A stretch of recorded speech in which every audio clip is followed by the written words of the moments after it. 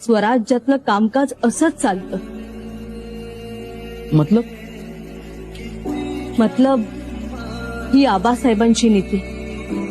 एक अधिकारी एका वर्षाहून जास्त काळ एके ठिकाणी ठेवायचा नाही. शिवाय त्या गडाखालचा मनुष्य त्या गडावर कामाला ठेवायचा नाही. एवढंच नाही तर सतत त्या मनुष्यास कामात ठेवायचं. 3 पेक्षा जास्त अधिकारी एकत्रित फार काळ ठेवायचे नाही. 3 वेळा सक्तीची हजेरी घ्यायची.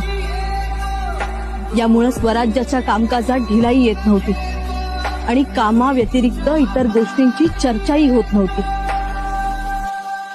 स्वराज्याचा कारभार अगदी सुलभ होत होता. कविराज, ही ती शिवनीती. सुंदर. आजपासून आपण ह्याच नीतीचं पालन करूया.